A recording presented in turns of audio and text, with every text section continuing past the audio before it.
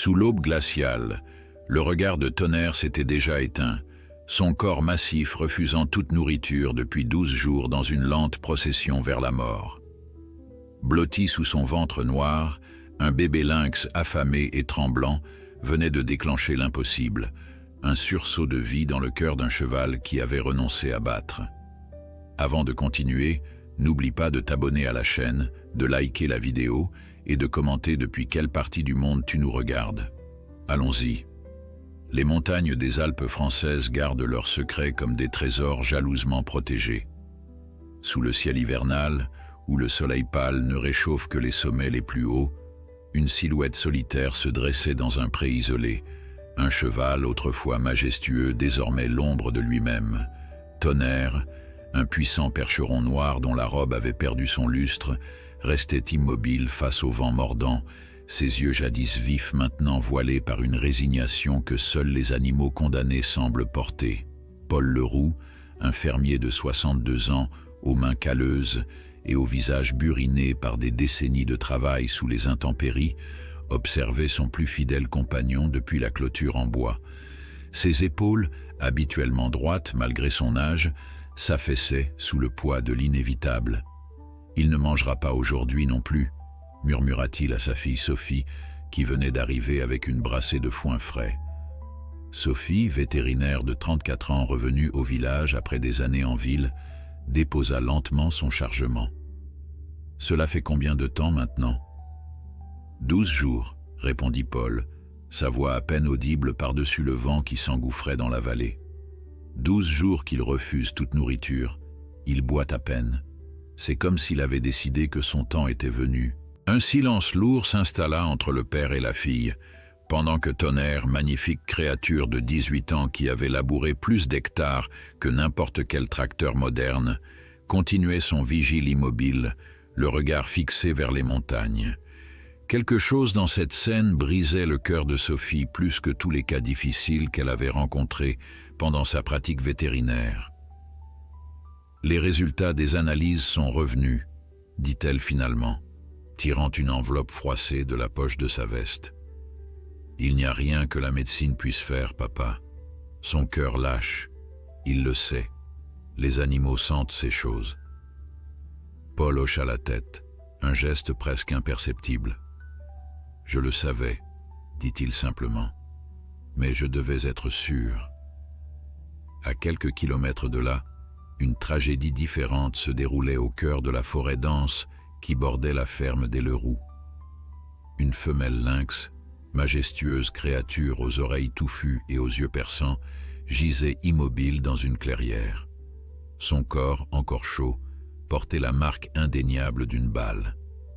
Le braconnage, fléau que les autorités locales combattaient sans relâche, venait de faire une nouvelle victime. Près du corps de sa mère, dissimulé sous un buisson épais, un petit lynx de 8 semaines à peine tremblait de peur et de froid. Trop jeune pour chasser, trop inexpérimenté pour survivre seul, le chaton se trouvait soudain face à une sentence de mort presque certaine. Ses instincts lui dictaient de rester caché, mais la faim commençait déjà à tordre son petit estomac. La neige se mit à tomber, d'abord par légers flocons épars, puis de plus en plus drus, recouvrant progressivement le corps de la mère lynx d'un linceul blanc. Le petit, que nous appellerons Étoile pour la marque blanche en forme d'étoile sur son front, restait paralysé par la peur et le chagrin, émettant occasionnellement un miaulement plaintif que le vent emportait aussitôt. À la ferme, Sophie inspectait minutieusement Tonnerre, ses mains expertes palpant ses flancs émaciés, vérifiant ses signes vitaux de plus en plus faibles. Il pourrait tenir encore quelques jours, peut-être une semaine, mais la faim est inévitable sans nourriture, expliqua-t-elle à son père qui se tenait à quelques pas, le regard sombre. Il a droit à sa dignité, répondit Paul en passant une main rugueuse sur son visage fatigué. Je ne veux pas qu'il souffre, mais je ne peux pas prendre cette décision pour lui. Pas encore. Sophie comprenait. Tonnerre n'était pas un simple animal de ferme. Il avait été le dernier cadeau de sa mère à Paul, avant qu'elle ne succombe à la maladie il y a 15 ans. un poulain nerveux à l'époque, que son père avait dressé avec une patience infinie. Ensemble, ils avaient traversé les saisons et les épreuves, partageant une complicité que Sophie avait toujours secrètement enviée. « Je reviendrai demain », promit-elle en rangeant son stéthoscope. Essaie encore avec les pommes, c'étaient ses préférés avant. La nuit tomba rapidement, comme elle le fait dans les montagnes en hiver, enveloppant le monde dans un silence ouaté. Paul, après une dernière tentative infructueuse pour faire manger Tonnerre, était rentré dans sa maison en pierre, laissant la porte de l'écurie ouverte, comme il le faisait depuis que le cheval avait commencé son jeûne volontaire. Si Tonnerre voulait s'abriter, il le pouvait. S'il préférait rester sous les étoiles pour ses dernières nuits, Paul respecterait ce choix aussi. Dans la forêt, Étoile avait finalement rassemblé le courage de quitter sa cachette. La faim, plus forte que la peur, le poussait à avancer dans la neige profonde, ses petites pattes s'enfonçant à chaque pas laborieux. Son instinct lui disait de suivre la pente descendante, là où les odeurs de ferme et de civilisation montaient faiblement jusqu'à ses narines sensibles. La tempête de neige s'intensifiait, les flocons tourbillonnant avec une intensité presque hypnotique. Pour le petit lynx, chaque pas était une bataille contre les éléments. Ses moustaches et sa fourrure tachetée se couvraient de givre, et son petit corps perdait progressivement de sa chaleur. Par un hasard extraordinaire ou peut-être guidé par une intelligence que nous sous-estimons souvent chez les animaux sauvages, Étoile se retrouva près de la ferme des Leroux. Les odeurs ici étaient confuses et intimidantes, l'homme, le bétail, le foin, le carburant. Mais une autre odeur, plus chaude, plus rassurante, l'attirait inexorablement, celle d'un grand mammifère, d'un herbivore sans menace pour lui. Tonnerre n'avait pas bougé depuis des heures, sa grande silhouette noire se détachant comme une sentinelle contre la neige qui tombait. Son souffle formait de petits nuages de vapeur dans l'air glacial, seul signe qu'il était encore parmi les vivants. Ses jambes, autrefois puissantes, tremblaient légèrement sous l'effort de rester debout, mais quelque chose en lui refusait de s'allonger, comme si se coucher équivalait à abandonner. Étoile s'approcha avec une prudence extrême, se faufilant entre les barreaux de la clôture, son petit corps souple passant sans difficulté là où d'autres animaux auraient été bloqués. À chaque pas vers le grand cheval noir, son instinct de survie lui criait de faire demi-tour, mais la promesse de chaleur était trop forte pour être ignorée. Tonnerre perçut la présence du petit prédateur bien avant de le voir. Ses oreilles se tournèrent légèrement vers l'arrière, seul mouvement qu'il s'était permis depuis des heures. En temps normal, un cheval aurait fui face à l'odeur d'un félin sauvage, même aussi petit. Mais Tonnerre n'était plus en temps normal. Entre la vie et la mort, suspendu dans cet espace liminal où les règles ordinaires ne s'appliquent plus, il resta immobile. Étoile atteignit finalement les pattes imposantes du cheval, chacune plus large que son corps entier. Poussé par un instinct primaire de survie, le petit lynx fit quelque chose d'extraordinaire. Il se glissa sous le ventre du cheval, cherchant la chaleur corporelle que l'imposant animal dégageait encore. Dans le silence de cette nuit de tempête, deux créatures que tout opposait normalement, prédateur et proie, sauvage et domestique, mourante et commençant à peine sa vie, se trouvèrent réunis par les circonstances les plus improbables. Ce fut un moment que personne ne vit, que personne ne documenta, mais qui allait changer le destin des deux animaux d'une manière que personne n'aurait pu prévoir. Sous le ventre du grand percheron, le petit lynx se roula en boule, sa fourrure tachetée contre le poil noir et épais du cheval. La chaleur partagée, dans cette nuit glaciale, était la différence entre la vie et la mort pour Étoile. Et pour Tonnerre, la sensation inattendue de cette petite vie pressée contre lui provoqua quelque chose que même lui n'aurait pu anticiper. Un instinct de protection, un sursaut de vie dans un corps qui avait déjà commencé à abandonner. Dans la maison en pierre, Paul dormait d'un sommeil agité, ignorant le miracle qui se produisait dans son pré enneigé. Demain apporterait des découvertes et des décisions, mais cette nuit appartenait aux deux animaux unis par le destin et la tempête. L'aube arriva avec cette lumière particulière des matins d'hiver en montagne, une clarté bleutée qui transforme le paysage en tableau impressionniste. Paul, fidèle à son habitude de toute une vie, se leva avant que le soleil ne franchisse vraiment l'horizon. Ses articulations protestèrent comme chaque matin, un rappel des années passées à travailler la terre. Sa première pensée, comme depuis 12 jours, fut pour Tonnerre. Il prépara machinalement un seau avec quelques pommes coupées en quartiers et une poignée d'avoine, plus par habitude que par espoir. À travers la fenêtre embuée de la cuisine, il pouvait distinguer la silhouette massive de son cheval, toujours debout dans le pré. Au moins, il avait survécu à la nuit, pensa Paul avec un mélange de soulagement et d'appréhension. Chaque jour gagné était à la fois un cadeau et une prolongation de l'inévitable souffrance. Enfilant son épais manteau et ses bottes, Paul sortit dans l'air mordant du matin. La tempête s'était calmée pendant la nuit, laissant derrière elle un monde transformé, comme purifié. Ses pas crissaient dans la neige fraîche alors qu'il se dirigeait vers le pré, le seau à la main, sa respiration formant de petits nuages devant son visage. Ce fut en s'approchant qu'il remarqua quelque chose d'étrange. Tonnerre, qui n'avait pratiquement pas bougé depuis des jours, avait changé de position. Sa tête était baissée, comme s'il regardait sous son propre corps.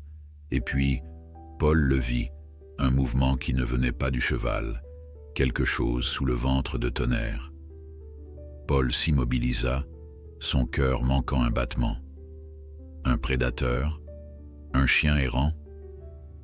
À cette distance, il ne pouvait pas distinguer clairement ce qui se déplaçait sous son cheval.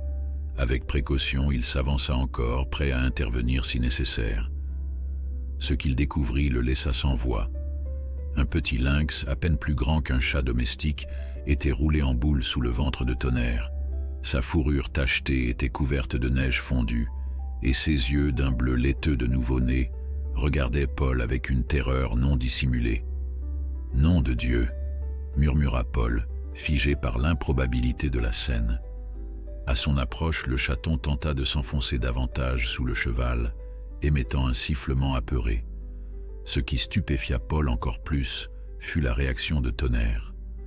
Le grand percheron, au lieu de s'écarter du prédateur comme son instinct aurait dû le lui dicter, abaissa sa tête massive et poussa doucement le petit lynx plus loin sous lui, comme pour le protéger de l'homme qui approchait. Paul recula d'un pas, abasourdi. « Eh bien, mon vieux, dit-il doucement à Tonnerre, on dirait que tu t'es trouvé un ami. » Le fermier resta là un long moment, observant cette alliance improbable, ne sachant que faire.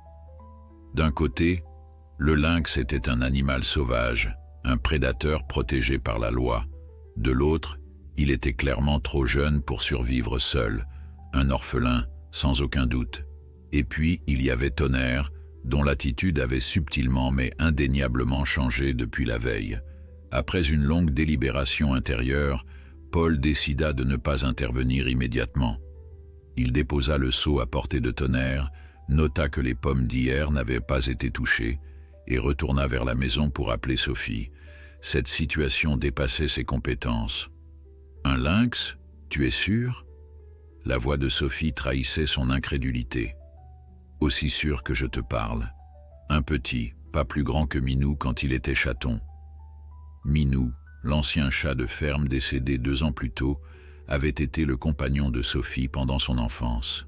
« Et tu dis que Tonnerre le protège ? Si tu voyais ça, Sophie, c'est comme s'il savait que le petit a besoin d'aide. Il l'a poussé sous lui quand je me suis approché. » Un silence pensif à l'autre bout de la ligne, puis « J'arrive dans 30 minutes. Ne fais rien. N'approche pas trop. Si c'est vraiment un orphelin, il doit être terrifié. » Paul raccrocha, son regard se portant à nouveau vers la fenêtre. De là, il pouvait voir Tonnerre, toujours immobile dans la neige, gardien improbable d'une créature que la nature avait désignée comme son ennemi. 35 minutes plus tard, le 4x4 de Sophie s'engageait dans l'allée de la ferme. Elle en sortit, équipée de son matériel vétérinaire et d'une paire de jumelles. Sans même entrer dans la maison, elle rejoignit son père qui l'attendait sur le porche. « Il est toujours là ?» demanda-t-elle en guise de salutation. Paul hocha la tête. Ni l'un ni l'autre n'a bougé. Ensemble, ils s'approchèrent jusqu'à une distance respectueuse. Sophie leva ses jumelles et observa longuement la scène. « C'est bien un lynx boréal, un chaton mâle à première vue, » confirma-t-elle finalement. « Probablement âgé de 2 mois, pas plus. Et tu as raison, il est orphelin. Jamais une mère lynx ne laisserait son petit s'approcher d'un cheval, ni d'une ferme d'ailleurs. »« Qu'est-ce qu'on fait ?» demanda Paul, soudain inquiet à l'idée que la loi puisse exiger qu'il signale la présence du lynx aux autorités, qui l'emmèneraient loin de Tonnerre. Sophie sembla lire dans ses pensées. « Légalement, je devrais contacter l'Office national de la chasse. Le lynx est une espèce protégée. » Mais Paul connaissait sa fille. Il y avait toujours un « mais » quand elle prenait cet air pensif. « Mais je n'ai jamais vu Tonnerre réagir ainsi depuis que maman lui donnait des pommes, en fait. » Sa voix s'adoucit au souvenir. « Il y a quelque chose ici, papa, quelque chose d'important. » Avec précaution, Sophie s'avança un peu plus près, parlant doucement à Tonnerre. Le cheval dressa les oreilles, en la reconnaissant mais ne fit aucun mouvement pour s'écarter du lynx. « Je vais essayer quelque chose, » dit-elle en revenant vers son véhicule. Elle en revint avec un petit morceau de viande crue enveloppé dans du papier. C'était pour Réglisse. Réglisse était le vieux chat noir qui régnait sur la clinique vétérinaire, mais notre petite invitée en a plus besoin. Avec des gestes lents et mesurés, Sophie s'approcha de Tonnerre, lui parlant continuellement d'une voix apaisante. Le cheval la laissa approcher, bien qu'il gardât sa position protectrice au-dessus du lynx. Sophie s'accroupit et plaça doucement le morceau de viande sur la neige, à portée du petit félin, puis recula. Pendant un long moment, rien ne se passa. Puis le museau du chaton apparut timidement, reniflant l'air avec intérêt. L'odeur de la viande fraîche était trop tentante pour son estomac affamé. Avec une prudence extrême, il s'aventura légèrement hors de son abri vivant, s'étira pour atteindre la nourriture et la tira rapidement sous le ventre de Tonnerre, où il dévora son premier repas depuis la mort de sa mère.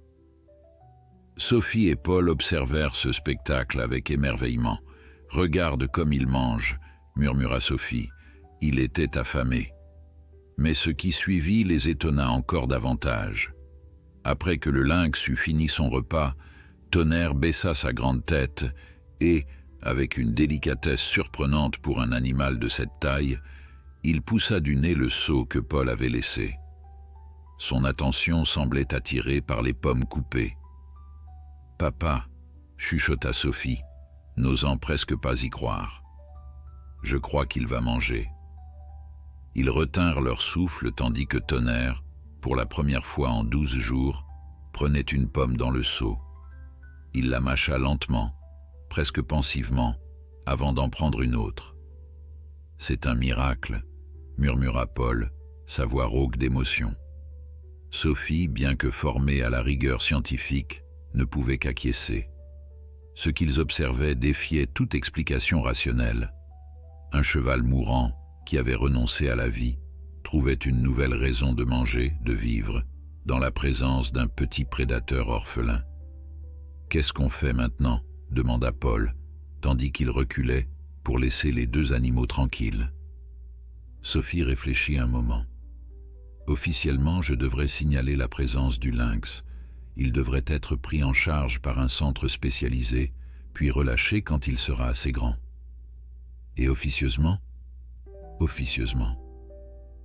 Elle regarda son père, puis Tonnerre, qui avait maintenant mangé 3 pommes et semblait s'intéresser à l'avoine.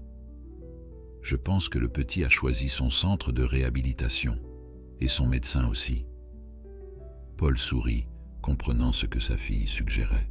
« Tu crois que ça peut marcher, un cheval et un lynx ?»« Je n'en ai aucune idée, » admit Sophie. « Mais je sais une chose.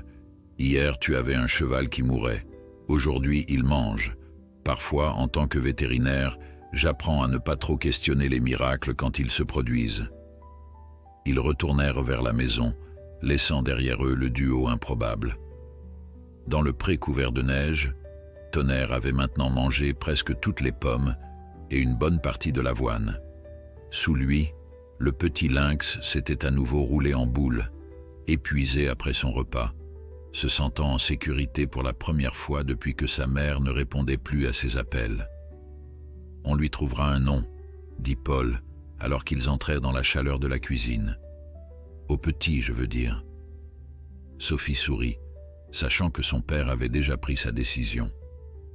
Elle le connaissait assez pour savoir que, quelles que soient les règles ou les conventions, Paul Leroux ne séparerait pas ce que le destin avait si étrangement réuni.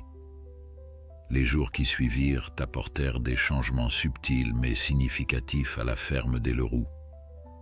Chaque matin, Paul se levait avec une anticipation qu'il n'avait pas ressentie depuis des années. Au lieu de l'appréhension qui l'avait accompagné pendant les 12 jours du jeûne de Tonnerre, il se retrouvait maintenant impatient de voir comment le duo improbable avait passé la nuit.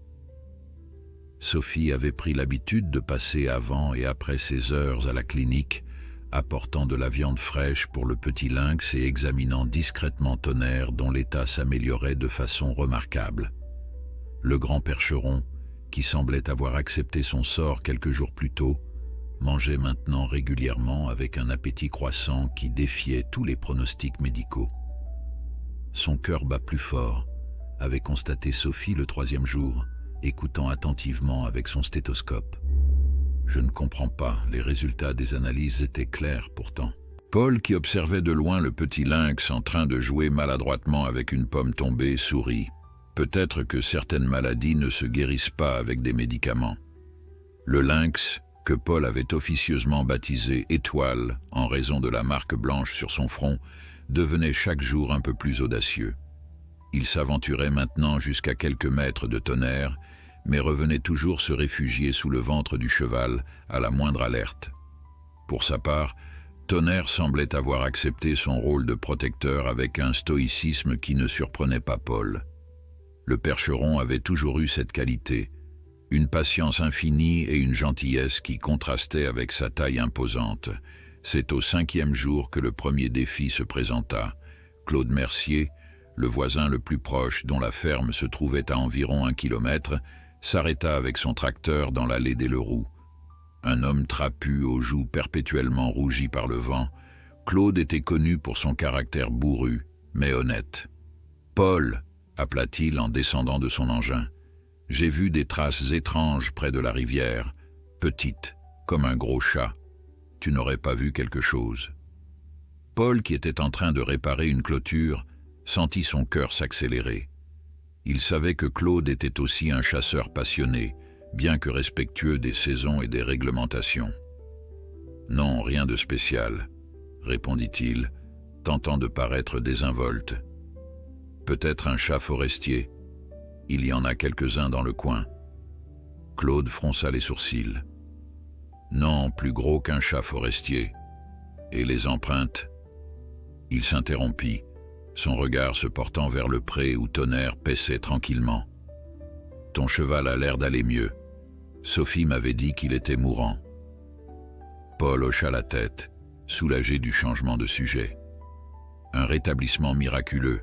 Même Sophie n'y comprend rien. » Claude sembla sur le point d'ajouter quelque chose, mais se ravisa. Après quelques banalités sur la météo et les prix du fourrage, il remonta sur son tracteur. Alors qu'il s'apprêtait à partir, il lança par-dessus son épaule. « Si tu vois quelque chose d'inhabituel, fais-moi signe. Certains disent qu'il y a un lynx dans le secteur. La petite Moreau prétend en avoir vu un en revenant de l'école. » Paul se contenta d'un vague geste de la main en guise de réponse, puis attendit que le tracteur de Claude disparaisse au détour du chemin avant de se précipiter vers le téléphone pour appeler Sophie. « Il va falloir être plus prudent, » conclut-elle après avoir écouté son récit. « Si les gens commencent à parler d'un lynx, l'office de la chasse ne tardera pas à venir enquêter. »« Qu'est-ce qu'on peut faire ?» demanda Paul, soudain inquiet à l'idée qu'Étoile puisse être découvert et emmené. « Pour l'instant, garde-les dans l'enclos derrière la grange. Il est moins visible depuis la route. Et on pourrait dire que Tonnerre a besoin de tranquillité pour sa convalescence, ce qui n'est pas tout à fait faux. Cette nouvelle disposition fut mise en place le jour même. Paul guida doucement Tonnerre vers l'enclos arrière, une zone plus petite mais entourée de haies épaisses qui la dissimulaient efficacement aux regards indiscrets. À sa grande surprise, Étoile suivit, trottinant nerveusement à quelques mètres derrière le grand cheval, s'arrêtant fréquemment pour vérifier les alentours avant de reprendre sa route. Il le suit comme un poulain suivrait sa mère, remarqua Sophie qui était venue superviser le déménagement. Je n'ai jamais rien vu de tel. Dans l'enclos plus abrité, Étoile sembla s'épanouir davantage. Avec moins de stimuli extérieurs pour l'effrayer, il passa plus de temps à explorer son environnement, à développer ses compétences de chasseur en bondissant maladroitement sur des feuilles portées par le vent ou des insectes téméraires qui s'aventuraient sur la neige. Sophie avait commencé à documenter discrètement cette relation inhabituelle, prenant des notes méticuleuses sur le comportement des deux animaux.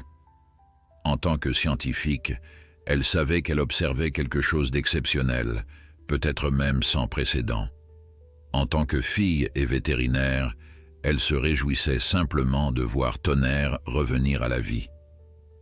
Une semaine après l'arrivée d'Étoile, Paul eut une surprise en se rendant à l'enclos pour le nourrissage du matin.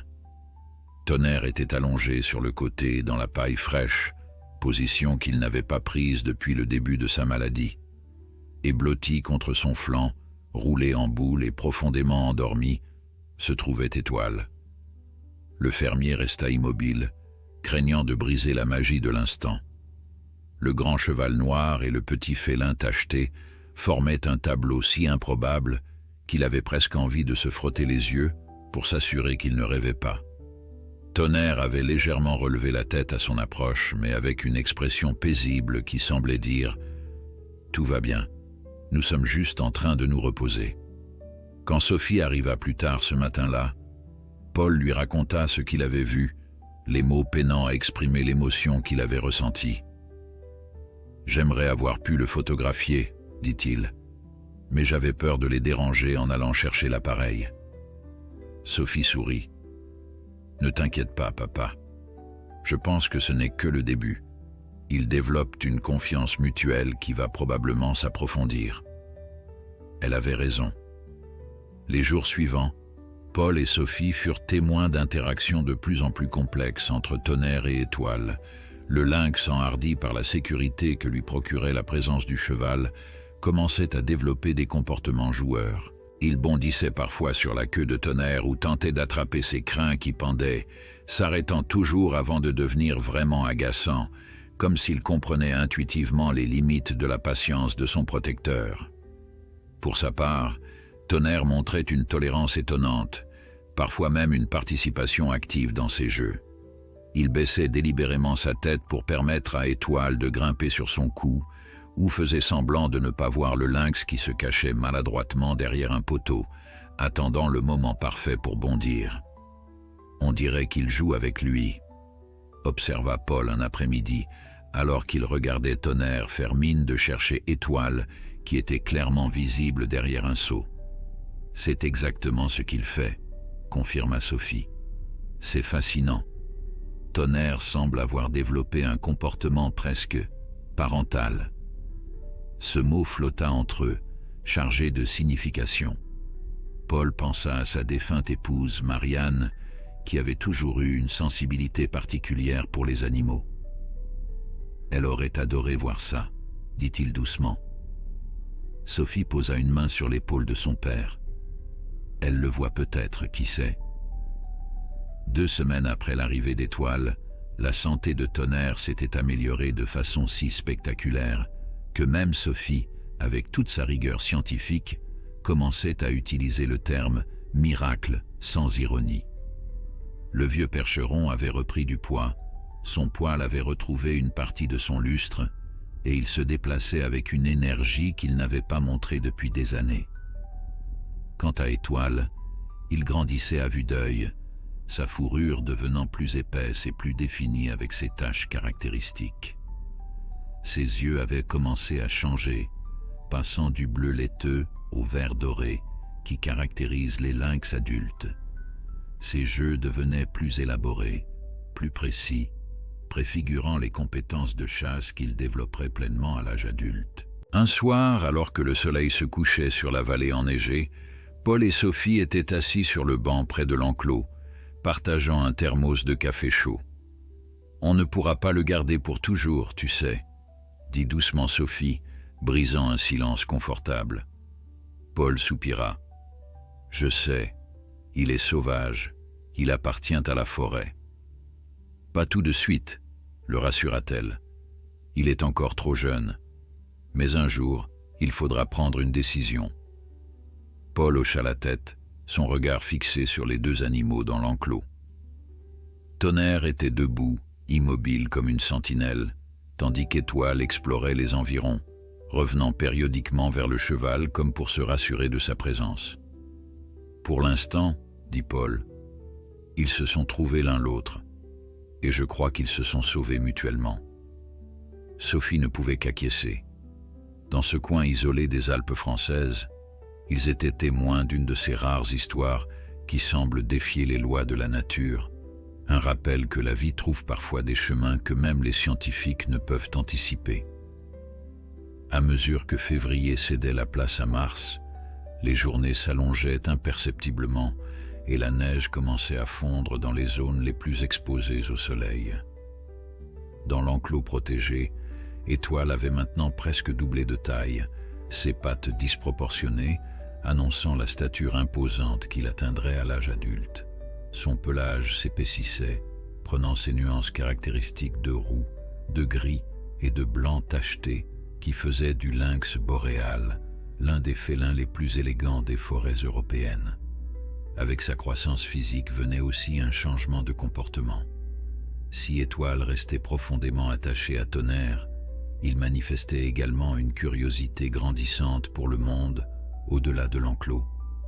Sophie l'avait remarqué un matin, le jeune lynx grimpant agilement sur le toit de l'abri, ses yeux dorés fixés sur la forêt qui bordait la propriété. Il restait immobile pendant de longues minutes, comme hypnotisé par les mouvements des oiseaux ou le bruissement des branches. « Il entend l'appel », avait-elle dit à son père, « c'est dans son sang. » Paul avait acquiescé, une pointe d'inquiétude dans le regard. « Tu crois qu'il va essayer de s'échapper ?»« Pas encore, » avait répondu Sophie. « Il est trop jeune, trop inexpérimenté. Mais un jour... » Cette réalité planait au-dessus d'eux comme un nuage d'orage à l'horizon, inévitable mais encore distant. Pour l'instant, Étoile retournait toujours vers Tonnerre, se blottissant contre lui pour dormir et jouant autour de ses pattes massives avec l'insouciance d'un enfant.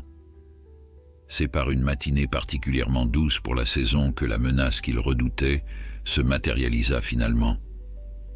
Paul était en train de réparer une gouttière lorsqu'un véhicule officiel portant le logo de l'Office national de la chasse et de la faune sauvage s'engagea dans l'allée de la ferme. Son estomac se noua instantanément. Un homme d'une quarantaine d'années, vêtu d'un uniforme vert foncé, en descendit. Son visage sérieux mais pas inamical était encadré par une barbe courte et soignée. « Monsieur Leroux » appela-t-il en levant les yeux vers Paul sur son échelle. « C'est moi », répondit Paul en descendant lentement, gagnant quelques secondes pour composer son expression. « Que puis-je faire pour vous ?» Laurent Duval, garde-chasse, se présenta l'homme en tendant une main ferme. « Nous avons reçu plusieurs signalements concernant un possible lynx dans le secteur. Je fais le tour des propriétés pour recueillir des témoignages. » Paul serra la main offerte, espérant que la sienne ne trahissait pas sa nervosité. « Un lynx ? Vraiment ?» Duval hocha la tête, son regard professionnel balayant déjà les environs. Plusieurs témoignages concordants.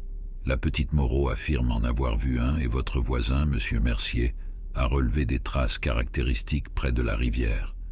Claude a toujours eu l'œil pour ces choses-là, concéda Paul, tentant de paraître désinvolte. Mais je n'ai rien remarqué de particulier par ici. Le garde-chasse sortit un petit carnet. Vous passez beaucoup de temps dehors, je suppose, en tant qu'agriculteur? De moins en moins, mentit Paul. Je me fais vieux, et avec l'hiver qui a été rude. Duval acquiesça poliment, mais son regard s'était fixé sur quelque chose derrière Paul. C'est votre cheval là-bas? Paul se tourna, son cœur manquant un battement. Tonnerre était visible à l'extrémité de l'enclos arrière, sa tête dépassant légèrement de la haie. Par chance, Étoile n'était pas en vue. Oui, c'est Tonnerre, mon percheron. Il se remet d'une maladie. Ma fille est vétérinaire, elle s'occupe de lui. Un bel animal, commenta Duval. Puis, après une pause, vous permettez que je jette un coup d'œil autour de la propriété? Simple routine. Les lynx sont une espèce protégée, vous comprenez. Si un spécimen s'est établi dans le coin, nous devons le documenter et assurer sa protection. La gorge de Paul se serra. Refuser paraîtrait suspect, mais accepter risquait d'exposer leur secret.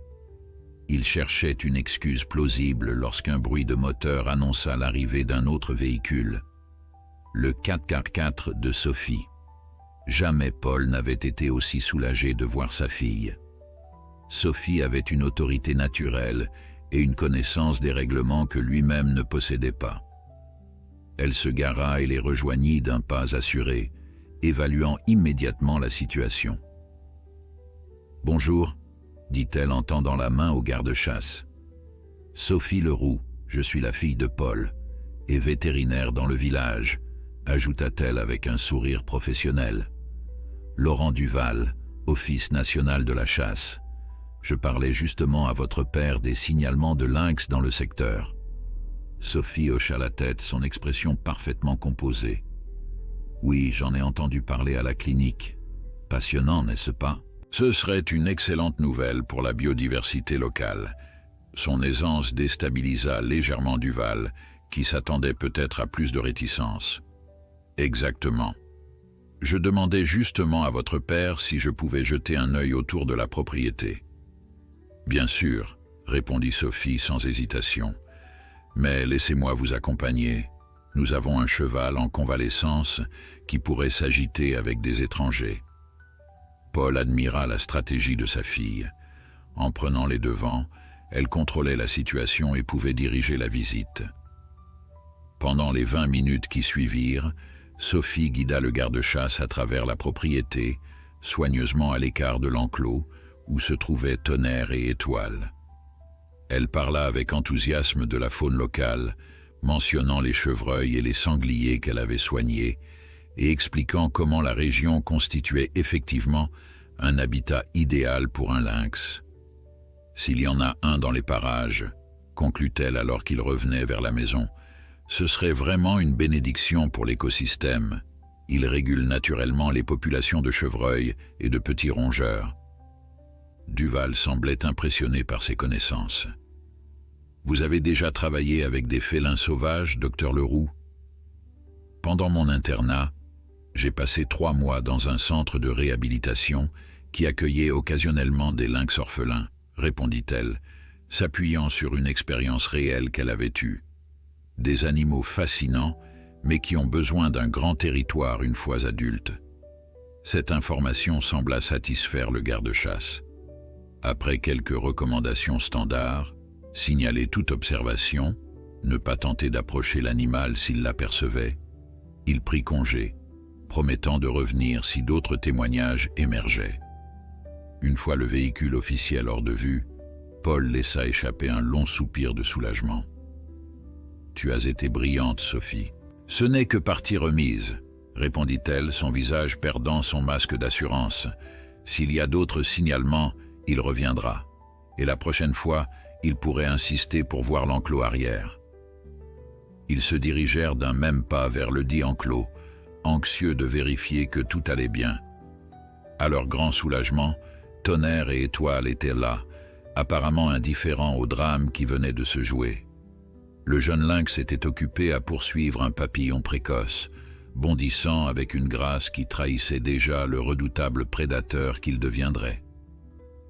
Il grandit si vite, murmura Paul, appuyé contre la clôture. Dans quelques mois, il sera difficile à cacher. Sophie acquiesça, son regard professionnel évaluant le développement du félin. Physiquement, il se porte à merveille. Sa coordination s'améliore chaque jour. Bientôt, il commencera à chasser sérieusement, d'abord des insectes, puis des souris, puis... Elle laissa sa phrase en suspens, mais Paul comprit l'implication. Un lynx adulte chassait des proies plus grosses, lièvres, oiseaux, parfois même de jeunes chevreuils. Des instincts que ni lui ni Tonnerre ne pourraient satisfaire dans un enclos. « Qu'est-ce qu'on va faire, Sophie ?» demanda-t-il, posant enfin la question qui les hantait tous deux. Sa fille passa une main dans ses cheveux, geste qu'elle faisait toujours lorsqu'elle réfléchissait intensément. « Je ne sais pas encore. Légalement, nous devrions le remettre à un centre spécialisé, mais ça le séparerait de Tonnerre, termina Paul. Et je ne suis pas sûr que l'un ou l'autre y survivrait. » C'était peut-être une exagération, mais pas entièrement. La transformation de Tonnerre depuis l'arrivée d'Étoile défiait toute explication médicale. Quant au jeune lynx, il avait développé un attachement au cheval qui allait bien au-delà d'une simple association de survie. Comme pour illustrer ce point, à cet instant précis, Étoile abandonna sa chasse aux papillons et trottina vers Tonnerre. Le grand cheval baissa sa tête massive et le lynx se frotta contre son museau dans un geste d'affection si naturel qu'il était difficile d'imaginer que ces deux espèces n'étaient pas censées interagir ainsi. « On a encore du temps, » dit finalement Sophie.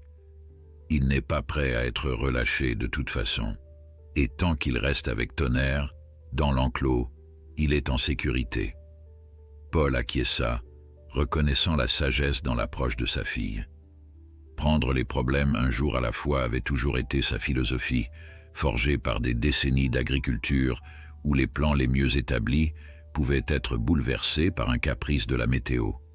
Ce soir-là, après le dîner, père et fille restèrent assis devant la cheminée plus longtemps que d'habitude, perdus dans leurs pensées respectives.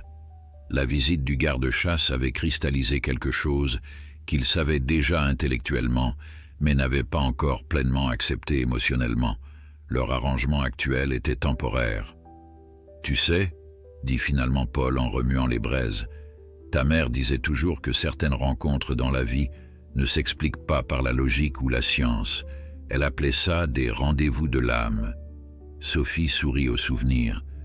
Marianne avait toujours eu cette sensibilité particulière, cette capacité à voir au-delà des apparences. Tu crois que c'est ce qui s'est passé entre Tonnerre et Étoile? Un rendez-vous de l'âme? Paul haussa les épaules, mais son regard était doux. Je ne sais pas comment l'expliquer autrement. Un cheval mourant et un lynx orphelin, qui aurait pu prédire qu'ils se sauveraient mutuellement. Cette nuit-là, avant de se coucher, Sophie s'arrêta une dernière fois à l'enclos. La lune presque pleine baignait la scène d'une lumière argentée, transformant Tonnerre en une silhouette mythique. Contre son flanc, la forme tachetée d'étoiles se soulevait et s'abaissait au rythme de sa respiration paisible. Regardant ce tableau improbable, Sophie sentit une détermination nouvelle s'ancrer en elle. Quels que soient les défis à venir, il trouverait une solution. Certaines connexions étaient trop précieuses pour être brisées, même si elles défiaient toutes les conventions. L'arrivée du printemps dans les Alpes françaises apportait avec elle un renouveau qui semblait résonner dans chaque recoin de la ferme des Leroux. Les premiers bourgeons éclataient sur les branches nues, et un tapis d'anémones et de primes-verts commençait à tapisser les sous-bois. Cette transformation n'était pas uniquement visible dans la nature, mais aussi chez Étoile, dont la métamorphose s'accélérait de façon remarquable. À 4 mois maintenant, le jeune lynx avait perdu cette allure maladroite de chaton. Ses pattes, toujours disproportionnées, portaient désormais des muscles nerveux qui lui permettaient des bonds impressionnants. Son pelage s'était encore épaissi, prenant cette teinte rousse caractéristique, mouchetée de taches noires et soulignée de blanc. Mais le changement le plus frappant était dans son regard. Ses yeux dorés avaient pris cette intensité particulière des prédateurs, observant le monde avec une conscience aiguë de chaque mouvement, chaque son, chaque odeur. Un matin de fin mars, Sophie arriva plus tôt que d'habitude à la ferme. Elle avait en tête de procéder à un examen complet d'Étoile, profitant de l'absence d'autres patients à la clinique ce jour-là. Elle trouva son père déjà dans l'enclos, une expression intriguée sur son visage buriné. « Regarde ça », dit-il doucement quand elle s'approcha. Sophie suivit son regard et vit ce qui avait capté son attention. Près de l'abreuvoir de Tonnerre, soigneusement déposée comme une offrande, se trouvait une souris des champs, morte mais intacte, sa fourrure grise à peine froissée. « C'est Étoile qui a fait ça ?» demanda-t-elle, bien que la réponse fût évidente. Paul hocha la tête.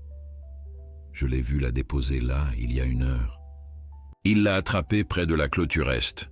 Un bond parfait, Sophie. Il l'a eu du premier coup. Il y avait une fierté non dissimulée dans sa voix, celle d'un parent témoin des premiers pas de son enfant. Mais Sophie, avec son esprit scientifique, voyait les implications plus larges de cette petite souris morte.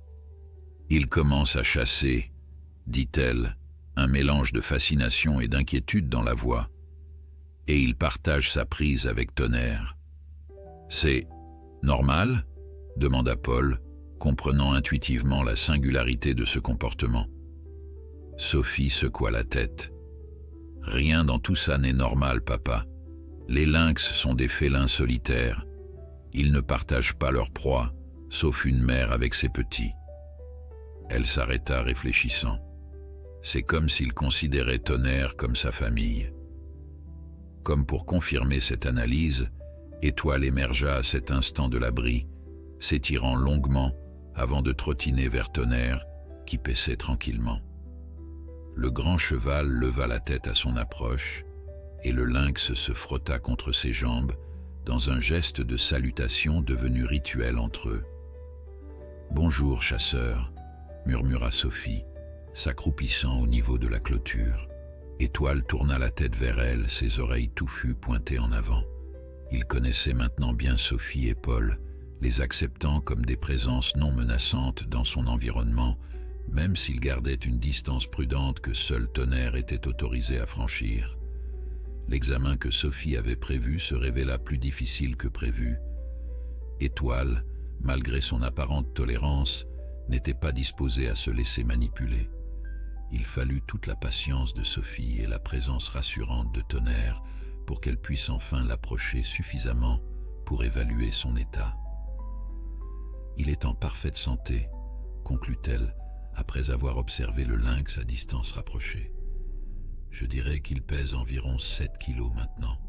D'ici quelques mois, il pourrait atteindre 12 à 15 kilos. Et ensuite ?» demanda Paul, posant à nouveau cette question qui flottait constamment entre eux. Sophie se redressa, époussetant ses genoux. Ensuite, il sera un lynx presque adulte, avec tous les instincts et les besoins que cela implique. Un enclos, même plus grand, ne suffira plus. Un silence s'installa entre eux, lourd des décisions non prises, des conversations reportées. Ce fut Tonnerre qui le rompit, s'approchant d'eux avec un hennissement doux, Étoile trottinant à ses côtés comme une ombre tachetée. « Au moins, ils vont bien tous les deux pour l'instant, » dit Paul, tendant une pomme au cheval qu'il accepta avec délicatesse. « On devrait se réjouir de ça. » Sophie acquiesça, mais une partie de son esprit était déjà occupée à planifier, à anticiper. En tant que vétérinaire, elle savait qu'il était de sa responsabilité de préparer l'avenir d'Étoile, un avenir qui, selon toutes les règles de la nature et de la science, devrait se dérouler loin de Tonnerre, loin de cette ferme. Les jours suivants apportèrent d'autres signes de l'évolution d'Étoile. Sa petite souris n'était que le début. Bientôt, Paul et Sophie trouvèrent d'autres cadeaux, un campagnol, un jeune lièvre, même un écureuil. Chaque prise était déposée près de Tonnerre, comme une offrande ou un remerciement. C'est comme s'il essayait de le nourrir en retour. observa Paul un après-midi, alors qu'il regardait Étoile déposer fièrement un merle près des sabots de Tonnerre. Sophie, qui avait consulté plusieurs ouvrages sur les comportements des félins sauvages, hocha la tête. C'est un comportement qu'on observe chez les chats domestiques qui apportent des proies à leurs propriétaires. Mais chez un lynx sauvage, elle laissa sa phrase en suspens, encore émerveillée par l'unicité de leur situation. La routine s'était établie à la ferme. Paul et Sophie veillaient sur le duo improbable. Étoile développait ses compétences de chasseur, et Tonnerre continuait de s'épanouir dans son rôle de protecteur. Mais comme toute routine paisible, elle était destinée à être perturbée. Le changement vint un matin d'avril, lorsque Paul trouva Tonnerre couché dans l'enclos, sa respiration plus laborieuse que d'habitude. Étoile était allongée contre lui, inhabituellement immobile, comme s'il montait la garde. Alarmé, Paul appela immédiatement Sophie. Il a refusé de se lever pour le petit déjeuner, expliqua-t-il quand elle arriva, précipitamment, encore vêtue de sa blouse de clinique. Ça ne lui ressemble pas. Sophie examina Tonnerre avec la précision méthodique qui la caractérisait professionnellement, mais ses mains tremblaient légèrement, trahissant l'inquiétude qui la rongeait. Étoile observait tout cela de près, ne quittant pas le flanc du cheval, émettant occasionnellement un son bas et rauque que ni Paul ni Sophie n'avaient entendu auparavant. « C'est son cœur », dit finalement Sophie, son stéthoscope toujours pressé contre le poitrail du percheron. « Le rythme est irrégulier, je pense qu'il fait une rechute. » Paul sentit son propre cœur se serrer, mais il allait tellement mieux. « Je sais », répondit doucement Sophie, « et c'est déjà un miracle qu'il ait tenu si longtemps. Mais la maladie cardiaque dont il souffre est dégénérative. Nous avons peut-être gagné du temps, mais... » Elle n'acheva pas sa phrase, mais Paul comprit. Ils n'avaient pas vaincu la maladie. Ils avaient simplement repoussé l'échéance. « Qu'est-ce qu'on peut faire ?» demanda-t-il, son regard allant de sa fille à Tonnerre, puis à Étoile, qui n'avait pas bougé, ses yeux dorés fixés sur eux avec une intensité troublante. Sophie se mordit la lèvre, pesant ses options. « Je vais lui administrer des médicaments pour stabiliser son rythme cardiaque et un anti-inflammatoire pour réduire toute pression sur son cœur. Mais honnêtement, papa, à ce stade, c'est surtout du confort que nous lui offrons. » Les mots flottèrent entre eux, lourds de leur finalité. Paul hocha lentement la tête, acceptant ce que sa fille ne disait pas explicitement. Le temps de Tonnerre était compté, peut-être plus que jamais. Pendant que Sophie retournait à sa voiture chercher les médicaments nécessaires, Paul s'accroupit près de la tête de Tonnerre, caressant doucement son encolure. « Tiens bon, mon vieux, » murmura-t-il, « on a encore besoin de toi ici. » À ses côtés, Étoile émit à nouveau ce son étrange, un mélange de grondements et de miaulements plaintifs. Paul réalisa avec une clarté soudaine que le lynx ressentait leur détresse, qu'il comprenait, à sa manière, que quelque chose n'allait pas avec son protecteur. Les jours qui suivirent furent tendus à la ferme des Leroux. Tonnerre restait majoritairement couché, se levant seulement pour de courtes périodes. Sa respiration demeurait laborieuse malgré les médicaments, et son appétit avait diminué. Bien qu'il acceptât encore les pommes que Paul lui offrait matin et soir, le comportement d'Étoile pendant cette période frappait Paul et Sophie par son intelligence et sa sensibilité. Le jeune lynx avait complètement modifié ses habitudes, restant constamment près de Tonnerre, sortant seulement pour de brèves sessions de chasse. Il revenait invariablement avec une proie qu'il déposait à portée du cheval, comme une offrande propitiatoire à quelque divinité invisible. « C'est comme s'il essayait de le soigner à sa façon », observa Sophie un soir, alors qu'il regardait Étoile blottie contre le flanc de Tonnerre, le lynx et le cheval formant un tableau qui aurait paru impossible quelques mois plus tôt. Paul acquiesça silencieusement. Il avait toujours cru comprendre les animaux, fruit de décennies passées à travailler avec eux. Mais ce qu'il observait entre Tonnerre et Étoile dépassait tout ce qu'il avait connu. C'était quelque chose de plus profond, de plus fondamental, une connexion qui transcendait les barrières des espèces. Le 5e jour après le début de la rechute de Tonnerre, Paul se réveilla avant l'aube, tiré du sommeil par une prémonition qu'il ne pouvait expliquer. Sans même prendre le temps d'enfiler ses bottes, il se précipita vers l'enclos, une lampe torche à la main. Ce qu'il y découvrit le figea sur place. L'enclos était vide. Ni Tonnerre ni Étoile n'étaient visibles dans le faisceau de la lampe que Paul balayait frénétiquement d'un bout à l'autre de l'espace clôturé. Son cœur battait à tout rompre alors qu'il s'avançait, cherchant des signes de leur présence. La porte de l'enclos était grande ouverte, se balançant légèrement dans la brise matinale. « Tonnerre » appela-t-il, sa voix brisée par l'inquiétude. « Étoile » Seul le silence lui répondit, ponctué par les premiers chants d'oiseaux annonçant l'aube imminente. Paul examina la clôture, ne trouvant aucun signe d'effraction ou de dommage. Quelqu'un avait délibérément ouvert la porte, ou quelque chose.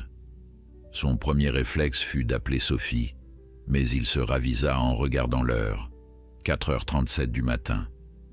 Au lieu de cela, il retourna rapidement à la maison, enfila ses bottes et un manteau plus chaud, prit une lampe plus puissante et un bâton de marche et se dirigea vers la forêt bordant la propriété. La logique lui disait que c'était là qu'Étoile aurait mené Tonnerre, vers la nature sauvage qui appelait le jeune lynx depuis des semaines. Mais comment un félin à peine plus grand qu'un chat domestique aurait-il pu ouvrir une porte d'enclos? Et pourquoi Tonnerre l'aurait-il suivi dans son état de faiblesse? Ces questions tourbillonnaient dans l'esprit de Paul alors qu'il pénétrait sous le couvert des arbres, leur canopée filtrant les dernières lueurs d'étoiles. La forêt était tranquille, enveloppée dans cette atmosphère particulière qui précède l'aube, où le monde semble suspendu entre deux états. « Tonnerre » appelait-il périodiquement, s'arrêtant pour écouter le moindre bruit de réponse. Il suivait un ancien sentier forestier, celui que lui et Marianne avaient souvent emprunté pour leur promenade dominicale. L'idée que Tonnerre puisse connaître ce chemin n'était pas absurde.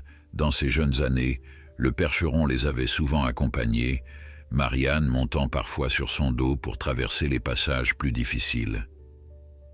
Après environ 20 minutes de marche, Paul atteignit une petite clairière que les habitants du village appelaient « le berceau ».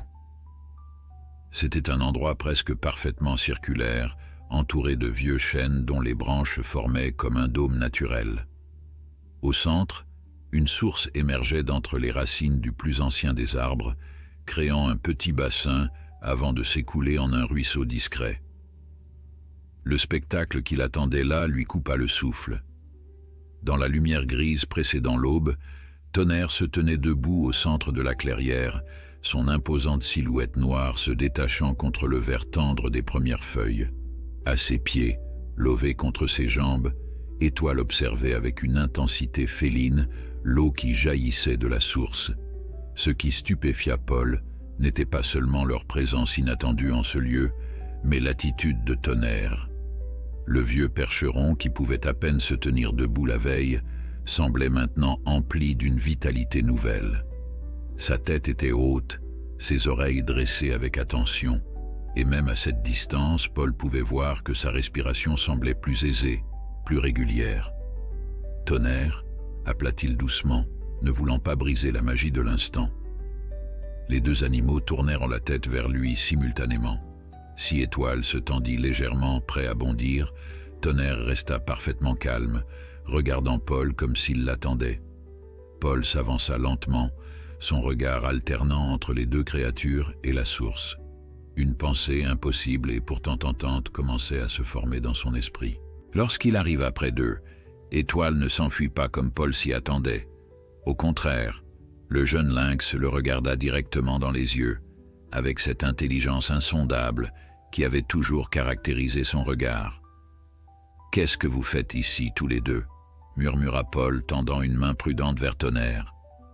Le percheron s'approcha, poussant doucement sa tête contre la paume de Paul dans un geste familier d'affection. Sa peau était chaude au toucher, son poil lustré d'une manière qui contrastait radicalement avec son état de la veille. C'est alors que Paul remarqua que les lèvres et le menton de Tonnerre étaient humides. Il avait bu à la source. « La source », murmura Paul, une vague de souvenirs le submergeant soudain. Marianne lui avait parlé de cet endroit, de légendes locales que sa grand-mère lui avait transmises, des histoires de guérison, d'eau aux propriétés miraculeuses. Paul avait toujours considéré ces récits comme de charmantes superstitions, le genre de folklore qui émaille les régions montagneuses. Mais maintenant, face au regard vibrant de Tonnerre et à la présence inexplicable d'étoiles en ce lieu précis, il se demandait si sa défunte épouse n'avait pas raison de croire en certains mystères que la raison ne pouvait expliquer. Comme s'il lisait dans ses pensées, Étoile se leva et s'approcha de la source. Avec des mouvements délibérés, presque cérémoniels, il trempa une patte dans l'eau, puis la retira et retourna auprès de Tonnerre, se frottant contre ses jambes. Paul s'accroupit, observant l'eau claire qui jaillissait de terre. Était-il possible que... Non, c'était absurde. Et pourtant, Tonnerre se tenait là, visiblement revigoré, et Étoile semblait avoir orchestré toute cette scène. Une brindille craqua derrière lui, le faisant sursauter. Se retournant vivement, il aperçut Sophie à l'orée de la clairière, ses cheveux ébouriffés et son expression confuse, suggérant qu'elle avait quitté son lit précipitamment. « Papa ?» appela-t-elle incrédule. « Qu'est-ce qui se passe? J'ai vu que l'enclos était vide, alors j'ai suivi les traces et... » Sa voix s'éteignit alors qu'elle remarquait l'attitude de Tonnerre, sa posture droite, son regard alerte. « Comment est-ce possible ?» murmura-t-elle, s'avançant prudemment. « Hier, il pouvait à peine. »« Je sais, » l'interrompit doucement Paul. « Regarde-le maintenant. » Sophie s'approcha, son regard professionnel évaluant instantanément l'état de Tonnerre. Elle posa une main sur son encolure, sentit son pouls, observa sa respiration. « C'est... je n'ai pas d'explication, » admit-elle finalement. « Médicalement, ce que je vois n'a aucun sens. Son rythme cardiaque est presque normal, sa respiration est claire et cette énergie... » Elle s'interrompit, remarquant soudain Étoile qui s'était assis non loin, les observant avec ce qui ressemblait à de la satisfaction. « C'est lui qui a ouvert la porte de l'enclos, n'est-ce pas ?» demanda-t-elle, une hypothèse folle prenant forme dans son esprit scientifique. Paul haussa les épaules. « Je ne vois pas comment il aurait pu, mais... c'est la seule explication. Il a dû apprendre en nous observant. Les loquets ne sont pas si compliqués. Et il a conduit Tonnerre ici, à cette source. » Sophie s'agenouilla, touchant l'eau du bout des doigts. « Pourquoi ?» Paul hésita avant de partager les histoires que Marianne lui avait racontées, des légendes sur l'eau guérisseuse, sur la source du berceau qui, disait-on, avait sauvé des vies lors d'épidémies passées. Sophie l'écouta sans interruption, son expression passant de l'incrédulité au doute, puis à une curiosité ouverte. « Tu crois que l'eau a guéri Tonnerre ?» demanda-t-elle finalement. « Je ne sais pas quoi croire, » admit Paul, « mais je vois ce que je vois, et Étoile l'a amené ici pour une raison. » Ils regardèrent le jeune lynx qui s'était approché de la source et buvait maintenant à petites lampées délicates. « Comment aurait-il pu savoir ?» murmura Sophie, plus pour elle-même que pour son père. Le soleil commençait à percer à travers les branches, illuminant la clairière d'une lumière dorée. Dans cette lueur nouvelle, l'eau de la source semblait presque scintiller, et Tonnerre, dont le pelage noir absorbait les premiers rayons, paraissait auréolé d'un éclat subtil. « Certaines choses dépassent notre compréhension, » dit doucement Paul, se rappelant les mots de Marianne. « Peut-être que les animaux perçoivent des vérités que nous avons oubliées. » Sophie ne répondit pas immédiatement. Son esprit scientifique luttait contre ce qu'elle voyait, un miracle apparent qui défiait toute explication rationnelle. Et pourtant, en tant que vétérinaire, elle avait appris à observer et à accepter l'évidence, même quand elle contredisait ses attentes. « Nous devrions prélever un échantillon de cette eau, dit-elle finalement. l'affaire analysée. Paul sourit, reconnaissant dans cette suggestion le compromis de sa fille entre émerveillement et rigueur scientifique.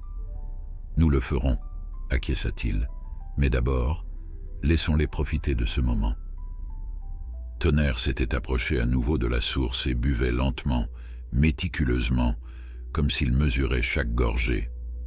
Étoile, assis à proximité, le regardait faire avec ce qui ressemblait à de la fierté. « Comment va-t-on expliquer ça à qui que ce soit ?» demanda Sophie après un long silence. Paul secoua la tête.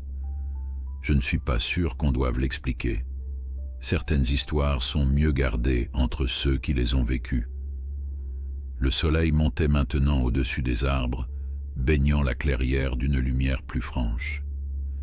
Il était temps de rentrer, de ramener Tonnerre et Étoile à la ferme, avant que d'autres promeneurs ne découvrent ce spectacle inexplicable. Avec des gestes doux mais fermes, Paul et Sophie guidèrent les deux animaux hors de la clairière. Tonnerre suivit docilement, sa démarche étonnamment énergique pour un cheval qui, la veille encore, semblait au bord de la faim. Étoile trottait à ses côtés, occasionnellement disparaissant dans les fourrés pour réapparaître quelques mètres plus loin, comme s'ils sécurisaient leur chemin de retour. Tandis qu'ils marchaient, Paul ne pouvait s'empêcher de penser à Marianne, à sa croyance en l'interconnexion de toutes choses. Elle aurait aimé cette histoire, un lynx orphelin guidant un cheval mourant vers une source de guérison. Elle y aurait vu la confirmation de sa vision du monde, où les frontières entre espèces n'étaient pas des barrières, mais des ponts à franchir. Les jours qui suivirent l'épisode de la source furent marqués par une atmosphère presque euphorique à la ferme des Leroux. Le rétablissement de Tonnerre défiait toute explication médicale. Le grand percheron, qui semblait au seuil de la mort une semaine auparavant, gambadait maintenant dans l'enclos avec l'énergie d'un cheval bien plus jeune. Son pelage brillait d'un noir profond, ses yeux avaient retrouvé leur éclat, et son appétit était revenu avec une vigueur qui impressionnait même Paul. « J'ai analysé l'eau », annonça Sophie un soir, alors qu'elle rejoignait son père sur le banc face à l'enclos. Le crépuscule enveloppait la ferme, transformant le paysage en un tableau aux teintes violettes et orangées. Paul tourna la tête vers elle, une question silencieuse dans le regard. « Chimiquement, c'est une eau de source ordinaire, » continua-t-elle, un pli perplexe barrant son front. Légèrement plus riche en minéraux que la moyenne, particulièrement en calcium et en magnésium, mais rien qui justifie ça. Elle désigna d'un geste Tonnerre qui broutait paisiblement, Étoile allongée non loin, observant les derniers rayons du soleil avec cette intensité propre aux félins. « Tu t'attendais à quoi ?» demanda Paul avec un sourire en coin. « Un élixir magique identifiable en laboratoire ?» Sophie eut un petit rire, reconnaissant l'absurdité de sa démarche. « Non, bien sûr que non. Mais j'espérais, je ne sais pas, une explication rationnelle. Quelque chose qui me permette de comprendre. » Paul posa une main sur l'épaule de sa fille. « Ta mère disait toujours que les plus grandes vérités de la vie se cachent dans les espaces entre nos certitudes, dans les mystères que la science ne peut pas encore expliquer. » Maman était plus philosophe que moi, admit Sophie avec un sourire nostalgique. Ils restèrent silencieux un moment, observant le duo improbable dans l'enclos. Étoile avait maintenant presque 5 mois, et sa transformation en prédateur adulte s'accélérait. Ses pattes puissantes et ses épaules musculeuses annonçaient déjà le redoutable chasseur qu'il deviendrait. Pourtant, avec Tonnerre, il conservait cette tendresse presque filiale, se frottant contre ses jambes ou s'allongeant à ses côtés pour les siestes de l'après-midi. « Il grandit si vite », murmura Paul, exprimant la pensée qui les préoccupait tous deux. Sophie acquiesça, son visage s'assombrissant légèrement. « Trop vite. Dans quelques mois, ses instincts territoriaux vont s'affirmer. Il aura besoin d'espace, de liberté. Un enclos, même grand, ne suffira plus. » La vérité de ces mots pesait lourdement entre eux. L'horloge biologique d'Étoile tournait inexorablement, les rapprochant du moment où des décisions difficiles devraient être prises. « Qu'est-ce qu'on fait, Sophie ?» demanda Paul, sa voix trahissant son inquiétude. « Si on le remet aux autorités maintenant, ils vont le placer dans un centre de réhabilitation, peut-être même l'envoyer loin d'ici. Et Tonnerre ?» Il laissa sa phrase en suspens, mais Sophie comprit. Malgré son rétablissement miraculeux, l'idée de séparer Tonnerre d'Étoile leur semblait à tous deux comme une forme de cruauté. « J'y réfléchis », assura-t-elle. « Il doit y avoir une solution, une façon de respecter la nature sauvage d'Étoile, tout en préservant son lien avec Tonnerre. » Leur conversation fut interrompue par un bruit de moteur approchant de la ferme. Les phares d'un véhicule balayèrent la cour, alors qu'ils s'engageaient dans l'allée. Paul se raidit en reconnaissant l'emblème de l'Office national de la chasse et de la faune sauvage sur la portière. « Duval », murmura-t-il, se levant précipitamment. « Emmène-les dans l'enclos du fond, vite !» Sophie se précipita vers Tonnerre et Étoile, tandis que Paul se dirigeait vers le véhicule pour intercepter le garde-chasse. Sa démarche délibérément lente visait à gagner du temps pour sa fille. « Monsieur Duval », salua-t-il avec une cordialité forcée. « Quelle surprise de vous voir si tard. » Laurent Duval émergea de son 4x4, sa silhouette se découpant dans la lumière des phares. « Monsieur Leroux, pardonnez l'heure tardive, mais je passais dans le secteur et j'ai vu de la lumière. » Paul jeta un regard discret par-dessus son épaule, soulagé de constater que Sophie avait réussi à conduire Tonnerre et Étoile hors de vue. « Qu'est-ce qui vous amène ?» demanda-t-il, les mains dans les poches pour dissimuler leur léger tremblement. Duval sortit son carnet, un geste qui devenait familier. De nouveaux signalements de lynx, plus précis cette fois. Un randonneur a pris des photos ce matin à environ 2 kilomètres d'ici, près d'une clairière avec une source, je crois. Le cœur de Paul manqua un battement. Le berceau. Quelqu'un les avait vus ce matin-là, ou avait repéré Étoile plus tard dans la journée. « Des photos, vous dites ?» demanda-t-il, s'efforçant de paraître simplement curieux. Duval hocha la tête, sortant son téléphone pour montrer les images à Paul. Pas très nettes, mais suffisantes pour confirmer qu'il s'agit bien d'un lynx boréal juvénile. Paul se pencha pour examiner les photos floues, son soulagement immédiat en constatant qu'aucune ne montrait clairement Étoile avec Tonnerre ou près de la ferme. « Fascinant », commenta-t-il avec un intérêt qu'il n'avait pas besoin de feindre. « C'est une bonne nouvelle pour la biodiversité locale, non ?»« Absolument », confirma Duval, rangeant son téléphone. « Mais cela signifie aussi que nous allons intensifier notre surveillance dans le secteur. Un lynx aussi jeune est probablement orphelin, ce qui le rend vulnérable. Notre mission inclut sa protection. » Cette dernière phrase, bien qu'exprimée avec sincérité, résonna comme une menace aux oreilles de Paul. Plus de surveillance signifiait plus de risques de découverte pour Étoile. « Vous pensez l'attraper ?» demanda-t-il, tentant de masquer son appréhension. Duval haussa les épaules. « Pas nécessairement. Les lynx sont des animaux discrets et adaptables. S'ils se débrouillent bien seuls, notre politique est de non-intervention. Mais s'ils montrent des signes de détresse ou s'approchent trop des habitations, nous devrons intervenir pour sa propre sécurité. » Paul hocha la tête, assimilant cette information. Cela leur laissait une marge de manœuvre, mais rendait également leur situation plus précaire. « Je comprends, » dit-il finalement. « Si nous remarquons quoi que ce soit d'inhabituel, nous vous contacterons. » Duval sembla satisfait de cette réponse. Après quelques recommandations supplémentaires, ne pas nourrir l'animal s'il le voyait, maintenir une distance respectueuse, il prit congé, laissant Paul avec un sentiment croissant d'urgence. Dès que les phares du véhicule officiel disparurent au tournant du chemin, Paul se précipita vers l'enclos du fond, où Sophie attendait avec Tonnerre et Étoile. « Il sait », dit-il sans préambule. « Pas exactement, mais ils ont des photos d'Étoile près du berceau. Ils vont intensifier la surveillance. » Sophie pâlit légèrement, son regard allant instinctivement vers le jeune lynx qui s'étirait nonchalamment, inconscient du drame qui se jouait autour de lui. « Il faut accélérer les choses », dit-elle après un moment de réflexion. « J'ai une idée, mais ça va te sembler fou. » Paul eut un rire sans joie. Plus fou qu'un lynx orphelin qui sauve un cheval mourant en le conduisant à une source miraculeuse. Sophie sourit malgré la tension. « Peut-être pas. Écoute, j'ai un collègue à l'université de Grenoble, Marc Leblanc.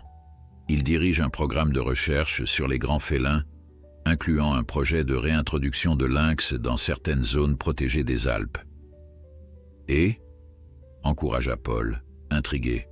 « Et si on transformait notre problème en opportunité? Si, au lieu de cacher Étoile ou de le remettre aux autorités, on en faisait un cas d'étude officiel. » Paul fronça les sourcils, ne comprenant pas immédiatement. « Tu veux dire révéler son existence ?»« Pas exactement, » précisa Sophie. « Je veux dire documenter scientifiquement ce lien extraordinaire entre un lynx et un cheval domestique. Le présenter comme une découverte éthologique significative sous la supervision d'experts reconnus. » L'idée était audacieuse, presque téméraire, mais plus Paul y réfléchissait, plus il y voyait une certaine logique. « Tu crois que ça marcherait? Que ton collègue accepterait? » Marc est passionné par le comportement animal, particulièrement les cas qui défient les théories établies. Il pourrait être fasciné. Et avec un cadre scientifique, une surveillance universitaire, l'office de la chasse serait moins enclin à intervenir directement. Paul observa Étoile qui s'était approchée de Tonnerre, se frottant contre ses jambes dans ce geste d'affection devenu familier. Et ça permettrait à Étoile de rester près de Tonnerre, au moins pour un temps. « Exactement, » confirma Sophie. « Ça nous donnerait du temps. Pour observer, pour documenter et pour préparer Étoile à un éventuel retour à la vie sauvage, à ces conditions, pas à celles d'un protocole standard de réhabilitation. » L'idée, aussi risquée soit-elle, offrait une lueur d'espoir. Paul savait que leur situation actuelle n'était pas tenable sur le long terme. L'épisode avec Duval le confirmait. Ils avaient besoin d'une stratégie, d'une voie qui respecte à la fois la nature sauvage d'Étoile et le lien extraordinaire qu'il avait développé avec Tonnerre. « D'accord, » dit-il finalement. « Contacte ton collègue, mais sois prudente. Si ça tourne mal... » « Je sais, » l'interrompit doucement Sophie. « Je serai discrète. Marc est digne de confiance. » Alors qu'il ramenait Tonnerre et Étoile à leur enclos habituel pour la nuit, Paul ne pouvait s'empêcher de sentir que leur paisible arrangement touchait à sa fin. Les forces extérieures commençaient à converger vers leur petit sanctuaire improvisé et le temps de l'innocence, si tant est qu'il y en ait jamais eu un dans cette histoire improbable, était définitivement révolu. Le professeur Marc Leblanc arriva 3 jours plus tard, conduisant une Volvo Break chargée d'équipements scientifiques. C'était un homme d'une 50aine d'années, aux cheveux poivre et sel coupés courts et aux lunettes à monture épaisse qui lui donnaient l'air stéréotypé d'un universitaire. Mais ses yeux vifs et sa poignée de main ferme trahissaient une énergie qui démentait son apparence austère. Sophie l'accueillit avec un mélange de soulagement et d'appréhension. Bien qu'elle lui ait expliqué la situation par téléphone, elle savait que voir de ses propres yeux un lynx sauvage cohabiter paisiblement avec un cheval de trait représentait un choc, même pour un éthologue expérimenté. « Marc, je te présente mon père, Paul, » dit-elle après les salutations initiales. Les 2 hommes se serrèrent la main, s'évaluant mutuellement avec cette prudence instinctive des personnes qui savent qu'elles devront se faire confiance sur des questions importantes. « Sophie m'a beaucoup parlé de vous, » dit Marc avec un léger accent du Sud. « Elle dit que vous comprenez les animaux mieux que quiconque. » Paul haussa modestement les épaules. « Je vis avec eux depuis assez longtemps pour reconnaître quand quelque chose d'extraordinaire se produit. » Marc hocha la tête, son regard parcourant déjà les environs avec un intérêt professionnel. « Et c'est bien ce que nous avons ici, n'est-ce pas? Quelque chose d'extraordinaire. Tu ferais mieux de le voir par toi-même, » répondit Sophie, guidant les deux hommes vers l'enclos où Tonnerre et Étoile se reposaient à l'ombre d'un vieux pommier. Malgré toute sa préparation mentale, Marc s'immobilisa à la vue du jeune lynx blotti contre le flanc du grand percheron noir. Son expression passa de la curiosité scientifique à un émerveillement presque enfantin. « Incroyable », murmura-t-il, sortant instinctivement un petit carnet de sa poche. Un comportement interespèce de cette nature, entre un prédateur et une proie potentielle, c'est sans précédent dans la littérature. Tonnerre leva la tête à leur approche, ses oreilles se tournant vers eux avec curiosité. Étoile, plus méfiant, se redressa légèrement, ses yeux dorés évaluant le nouveau venu avec une intensité féline. « Comment avez-vous dit qu'ils s'étaient rencontrés ?» demanda Marc, prenant des notes sans quitter le duo des yeux. Sophie raconta l'histoire, la maladie de Tonnerre, la tempête de neige, l'arrivée mystérieuse d'Étoile sous le ventre du cheval. Elle hésita légèrement avant de mentionner l'épisode de la source, craignant que cet élément presque mystique ne diminue la crédibilité de leur récit aux yeux d'un scientifique. À sa surprise, Marc l'écouta sans interruption, son visage reflétant une fascination croissante plutôt que du scepticisme. « La source du berceau, dit-il lorsqu'elle eut terminé. Je connais les légendes qui l'entourent. Les locaux en parlent depuis des générations. »« Tu y crois ?» demanda Sophie, surprise. Marc eut un sourire énigmatique. « Disons que 20 ans d'études des comportements animaux m'ont appris que la science n'a pas encore toutes les réponses, particulièrement quand il s'agit de phénomènes liés à la perception et à la cognition animale. » Il s'approcha prudemment de la clôture, s'accroupissant pour se mettre au niveau d'Étoile. Le lynx l'observait, immobile, mais alerte. « Il est magnifique », commenta Marc, « parfaitement développé pour son âge. Et ses yeux, il y a une intelligence remarquable là-dedans. » Pendant l'heure qui suivit, le professeur observa le duo, prenant des notes détaillées sur leurs interactions, posant occasionnellement des questions à Paul et Sophie. Son enthousiasme était palpable, celui d'un scientifique face à un phénomène inexploré. « Voilà ce que je propose, » dit-il finalement alors qu'il retournait vers la maison pour discuter plus en détail. « Nous mettons en place une étude comportementale officielle sous l'égide de l'université. Je peux obtenir les autorisations nécessaires auprès du ministère de l'Environnement, ce qui nous donnera une légitimité face à l'office de la chasse. »« Et Étoile ?» demanda Paul, allant droit au cœur de leurs préoccupations. « Il reste ici dans son environnement actuel, » répondit Marc sans hésitation. « L'objectif scientifique sera d'étudier cette relation interespèce unique, ce qui justifie de maintenir les conditions qui l'ont rendue possible. » Sophie sentit un poids se lever de ses épaules. « Tu crois vraiment que ça peut marcher?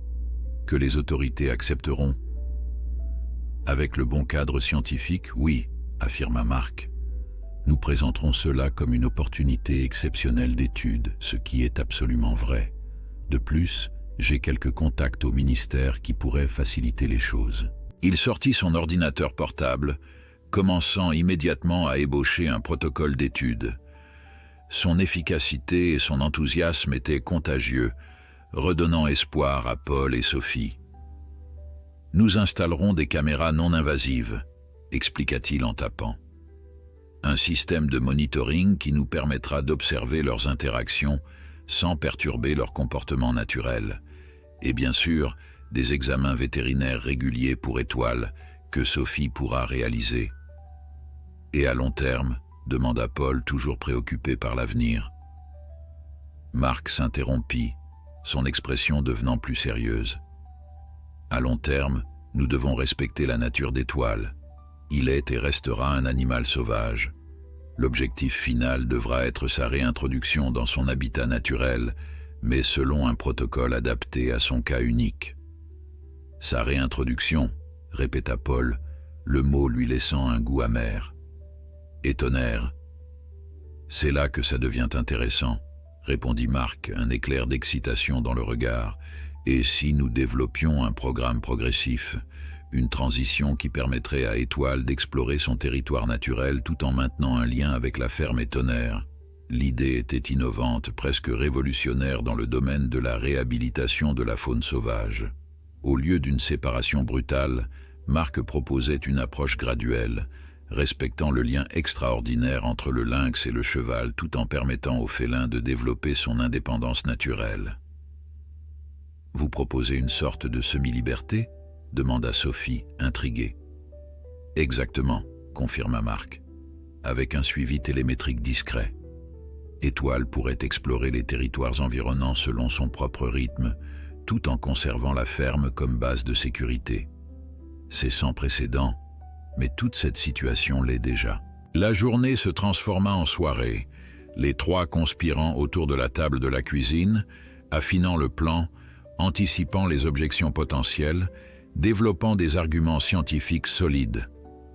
Marc, avec son expertise et sa passion, insufflait une légitimité académique à ce qui avait été jusque-là un arrangement improvisé, guidé par l'instinct et l'affection. « Il y a encore un détail à régler », dit finalement Sophie, alors que la nuit tombait. « Laurent Duval, le garde-chasse local, il est déjà sur la piste d'Étoile. » Marc réfléchit un moment. Mieux vaut l'intégrer que l'éviter. Je suggère que nous le rencontrions officiellement, que nous lui présentions le projet scientifique une fois les autorisations obtenues. Les gardes-chasse sont généralement favorables aux initiatives de conservation, surtout quand elles sont soutenues par des institutions reconnues. Le plan prenait forme, offrant un espoir que Paul et Sophie n'avaient pas osé envisager quelques jours plus tôt. Mais même dans cet optimisme naissant, ils savaient que des défis considérables les attendaient encore. Le lendemain matin, Marc installa le premier équipement de surveillance, des caméras discrètes positionnées stratégiquement autour de l'enclos, conçues pour capturer les interactions entre Tonnerre et Étoile sans perturber leur routine. Paul l'observait travailler, impressionné par le professionnalisme et la délicatesse avec lesquels le scientifique procédait. « Vous l'aimez vraiment, n'est-ce pas ?» demanda soudain Marc, surprenant Paul par la perspicacité de sa question. « Qui ça ?»« Étoile. Vous l'avez accueilli comme un membre de la famille, pas simplement comme un animal sauvage égaré. » Paul regarda vers l'enclos, où le jeune lynx jouait avec la queue de Tonnerre, bondissant et se cachant dans un jeu qui semblait amuser autant le cheval que le félin. « Comment ne pas l'aimer ?» répondit-il simplement. « Il a sauvé mon cheval. » Et il nous a rappelé à Sophie et moi que la vie réserve parfois des miracles quand on s'y attend le moins. Marc hocha la tête, comprenant. C'est ce qui rend notre travail si délicat. Nous devons honorer ce lien tout en préparant Étoile à une vie qui, par nature, doit être indépendante de l'homme. Cette tension fondamentale entre le désir humain de connexion et le respect nécessaire de la nature sauvage serait au cœur des mois à venir. Pour l'instant, cependant, Paul se contentait de savoir qu'ils avaient trouvé un allié, quelqu'un qui voyait la valeur extraordinaire de ce qui se passait dans ce coin isolé des Alpes françaises. À l'horizon, le soleil printanier illuminait les montagnes encore partiellement enneigées, promesse de renouveau et de possibilités insoupçonnées. Dans l'enclos, Tonnerre et Étoile continuaient leur danse improbable, inconscients des plans que les humains tissaient autour de leur avenir, mais profondément ancrés dans le présent partagé qui les unissait.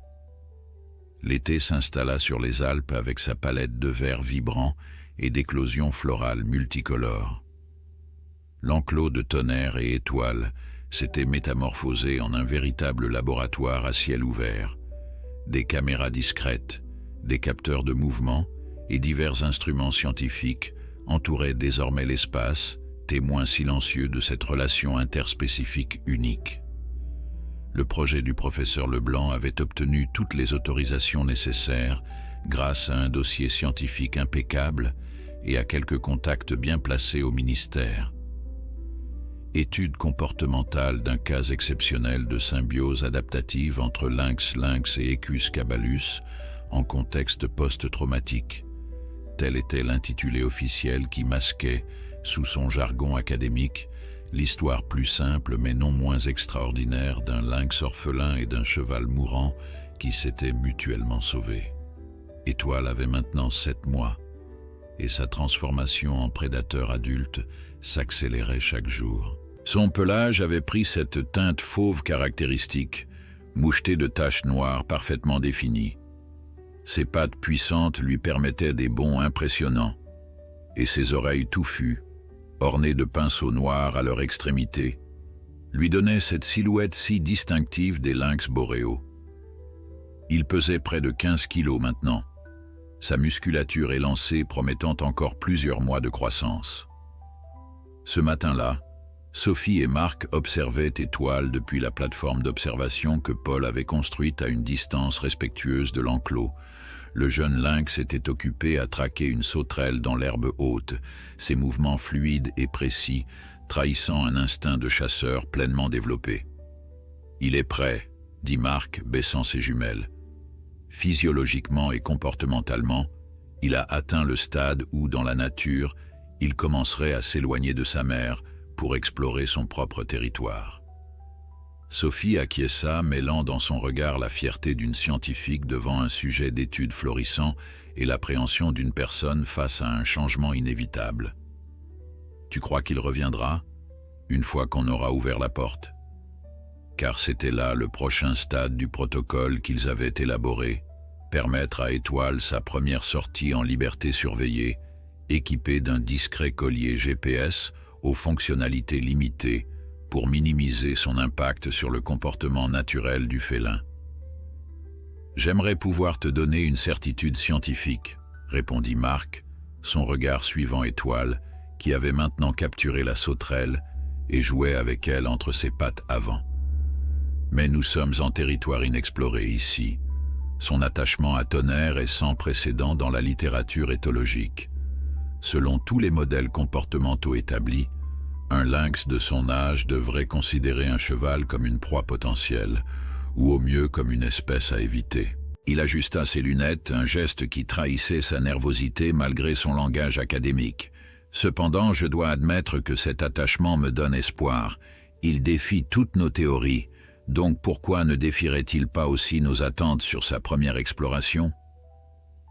La conversation fut interrompue par le bruit d'un véhicule approchant. Le 4x4 de Laurent Duval, désormais familier, s'engagea dans l'allée de la ferme. « Pile à l'heure », murmura Sophie, consultant sa montre. L'intégration du garde-chasse dans le projet avait été l'une des manœuvres les plus délicates de ces derniers mois. La révélation initiale de la présence d'Étoile à la ferme avait d'abord provoqué chez Duval une réaction prévisible d'indignation professionnelle. Les Leroux avaient, après tout, dissimulé la présence d'une espèce protégée. Mais Marc, avec son charisme académique et la légitimité de son projet universitaire, avait progressivement transformé cette indignation en intérêt, puis en véritable enthousiasme. Duval était maintenant officiellement associé à l'étude en tant que représentant de l'Office national de la chasse, son expertise en matière de faune locale apportant une dimension supplémentaire au projet. « Bonjour à tous », lança-t-il en les rejoignant sur la plateforme, une tablette à la main. « Prêt pour le grand jour ?» Sophie acquiesça, bien que son expression trahît une certaine nervosité. « Tout est en place. Le collier est installé, les caméras sont prêtes à suivre son parcours et toutes les fermes dans un rayon de 5 km ont été informées du protocole. »« Et psychologiquement ?» demanda Duval avec une perspicacité qui avait surpris Paul et Sophie ces derniers mois. Derrière son apparence de fonctionnaire rigide se cachait un homme profondément connecté aux animaux qu'il était chargé de protéger. « Ça, c'est une autre histoire », admit Sophie avec un demi-sourire. Paul les rejoignit, portant un plateau avec 4 tasses de café fumant. Son visage buriné portait les traces d'une nuit d'insomnie, mais aussi une résolution tranquille. « Tonnerre sent que quelque chose se prépare », dit-il en distribuant les tasses. « Il n'a presque pas touché à son avoine ce matin. » Les quatre observèrent silencieusement le grand percheron qui se tenait près de la clôture, son regard tourné vers la forêt comme s'il comprenait, avec cette intelligence intuitive des animaux, que le moment d'un changement significatif était venu. Étoile, ayant abandonné sa sauterelle, trottait maintenant vers lui, se frottant contre ses jambes, dans ce geste d'affection qui n'avait jamais cessé d'émerveiller les observateurs, scientifiques ou non. « C'est l'heure », dit finalement Marc, consultant sa montre. « La journée avance et nous voulons qu'il ait suffisamment de temps pour explorer avant le crépuscule. » Ils descendirent de la plateforme et se dirigèrent vers l'enclos, maintenant une distance respectueuse pour ne pas perturber Étoile plus que nécessaire. Paul s'approcha de la porte spécialement aménagée dans la clôture est, celle qui donnait directement sur la lisière de la forêt. Avec des gestes délibérément lents, il ouvrit cette porte, créant une ouverture d'environ 1 mètre de large. Puis il recula, rejoignant les autres à une 20aine de mètres de distance. Maintenant, il ne restait plus qu'à attendre. Étoile remarqua le changement presque immédiatement. Ses oreilles se dressèrent, son corps se figea dans cette posture d'alerte caractéristique des félins. Il fixa l'ouverture pendant de longues secondes, immobile comme une statue. « Il l'a repéré », murmura Marc, sa voix à peine audible. « Maintenant, voyons ce qu'il va décider. » Le jeune lynx s'approcha prudemment de l'ouverture, ses mouvements délibérément lents et calculés. Il s'arrêta au seuil, son museau frémissant, alors qu'il analysait les odeurs de la forêt, cet environnement qu'il appelait depuis des mois. Ce qui se passa ensuite surprit même Marc, pourtant préparé à toutes les éventualités comportementales. Étoile se retourna et trottina vers Tonnerre. Le grand cheval baissa sa tête, et le lynx se frotta contre son museau, dans ce qui ressemblait étrangement à un au revoir ou à une demande de permission. « Incroyable !» souffla Duval, exprimant tout haut ce que les autres pensaient tout bas. Après ce bref échange, Étoile retourna vers l'ouverture. Cette fois, sans hésitation, il bondit élégamment à travers, disparaissant dans les sous-bois en quelques secondes à peine, comme absorbé par son environnement naturel. Un silence lourd s'installa parmi les observateurs, chacun assimilant à sa manière la signification de ce moment. Pour Marc, c'était une donnée scientifique fascinante. Pour Duval, la confirmation que les animaux sauvages, même élevés dans des circonstances exceptionnelles, répondaient ultimement à l'appel de leur nature. Pour Paul et Sophie, c'était quelque chose de plus complexe, une validation de leur approche, mais aussi le début d'une séparation qu'ils savaient nécessaire, mais redoutaient depuis des mois. Tonnerre, seul dans l'enclos maintenant, resta immobile, son regard fixé vers l'endroit où Étoile avait disparu. « Et maintenant ?» demanda Paul, sa voix trahissant une émotion qu'il tentait de contenir. « Maintenant, on attend », répondit Marc, consultant la tablette qui recevait déjà les premières données du collier GPS. Il explore actuellement la lisière est, à environ 200 mètres d'ici. Ses mouvements sont prudents mais assurés, typiques d'un jeune prédateur découvrant un nouveau territoire. Les heures suivantes se déroulèrent dans une tension palpable. Il s'était installé dans le bureau improvisé que Marc avait aménagé dans une dépendance de la ferme, suivant sur plusieurs écrans la progression d'Étoile à travers la forêt. Les caméras disséminées dans les zones stratégiques captaient occasionnellement des aperçus du jeune lynx, une ombre tachetée se faufilant entre les arbres, une paire d'yeux dorés reflétant brièvement la lumière, une silhouette élégante perchée sur un rocher pour observer les environs. Il s'adapte remarquablement bien, commenta Marc, alors que le soleil commençait à décliner. Ces patterns de mouvement sont typiques d'un lynx adulte en exploration territoriale. « Tu crois qu'il reviendra ?» demanda à nouveau Sophie, formulant la question qui les préoccupait tous. Marc hésita, pesant ses mots. « Scientifiquement, je dirais que c'est improbable. L'appel de la nature est puissant, et il découvre pour la première fois l'étendue de sa liberté. Mais, encouragea Paul, Mais rien dans cette histoire n'a suivi les probabilités scientifiques jusqu'à présent, compléta Marc avec un sourire énigmatique. Alors qui sait? Alors que le crépuscule s'installait, teintant le ciel de pourpre et d'or, les données du GPS montraient qu'Étoile s'était établie dans une zone rocheuse à environ 3 km de la ferme, une distance significative, mais pas insurmontable. Il s'est arrêté pour la nuit, semble-t-il, annonça Duval, qui avait pris le relais de la surveillance. Un bon abri naturel, avec vue dominante sur la vallée, choix typique d'un lynx. Paul sortit pour vérifier Tonnerre une dernière fois avant la nuit. Le grand percheron était retourné à son abri, mais sa posture trahissait une tension inhabituelle, comme s'il attendait quelque chose, ou quelqu'un. « Il reviendra, mon vieux », murmura Paul, caressant l'encolure puissante du cheval, d'une façon ou d'une autre. Cette nuit-là, personne ne dormit vraiment à la ferme des Leroux. Chacun, à sa manière, restait connecté à ce jeune lynx qui explorait pour la première fois la liberté, ce cadeau précieux mais complexe que les humains qui l'avaient protégé devaient maintenant lui accorder, quel qu'en soit le prix émotionnel. Les jours qui suivirent la première exploration d'Étoile s'écoulèrent dans une atmosphère d'attente, suspendue à la ferme des Leroux. Le jeune lynx n'était pas revenu, mais les données du GPS et les images occasionnelles des caméras forestières témoignaient de son adaptation remarquable à la vie sauvage.